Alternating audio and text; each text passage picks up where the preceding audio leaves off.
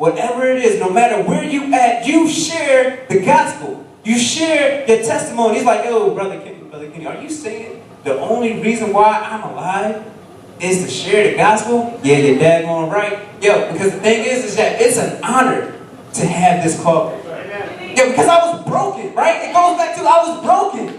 Yo, God could have left me right there. But he saw fit to come and fix me.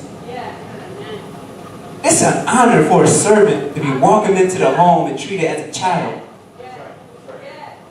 If he says to share the gospel and that's the only meaning of my life, yo, let's do it. Because I'm nothing without you. And like the song said, like, no one compares to you, right? You're amazing.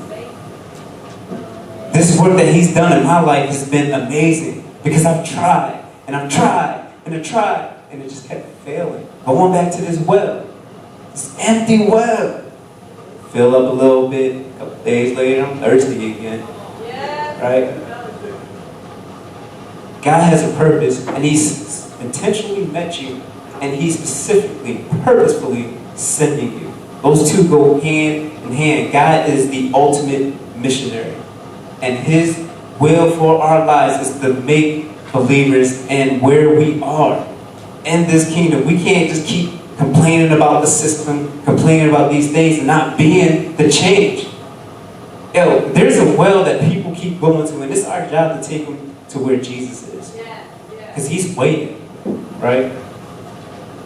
So, this is a story, right? This is a student ministering on the University of Delaware campus, and we're about to have like our first Bible study last year, and I'm downstairs, the Bible study's upstairs in this area, and I'm downstairs, and I'm like trying to invite students that walk by, and I see this guy, and I'm like, hey, you want to go upstairs and get some free pizza? He's like, nah. I like, cool. 5 minutes later, he's still there. I'm like, all right, Lord, I'm gonna go talk to him again. So I go talk to him, like, hey, you want some pizza? He's like, nah, I'm good. So I'm like, bang, let me go in evangelizing mode, man. Yo, you believe in Jesus and everything? So he's like, nah, I'm atheist. So we begin to have a long conversation to the point my wife comes down and she's like, yo, they need you upstairs. And I'm like, talking to this guy. So I ended up missing the whole Bible study, talking to this student who's an atheist. So it was like, time was going by. I said, hey, why won't I get your number and we could follow up? He was like, yeah. But I was like, oh man, he lying.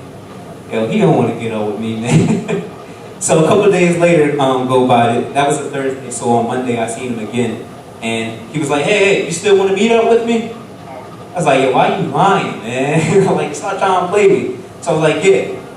So we ended up getting up later that week, and he actually brings a friend with him this time. So I'm like, Lord, I'm not going to talk about anything specific. As the conversation goes, just excuse me. So we're just talking about random stupid stuff. And then he brings up God again. So I start talking about God, and his friend is quiet. And he's like, yo, why aren't you speaking up? Aren't you a Christian? It was like, yo, don't you believe the stuff that he believed in? Why ain't you speaking up? So he's like challenging her to speak up. I'm like, whoa. Because I thought he brought in atheist reinforcements. I was like, oh, he brought his crew. They're going to try to gang up on me. But she's a believer, and he notices that she's not speaking about her faith. So he's challenging her. So I'm like, cool. So, yo, I'm actually throwing a tailgate party on Saturday. Yo, you want to come? It's like, yeah. This atheist student brings so many students with him. To the point where some of them are like, yo, we want to leave. And he's like, no, we're staying. And I'm like, yo, this dude is going to get saved, and he doesn't even know it yet. Like, he doesn't even know it.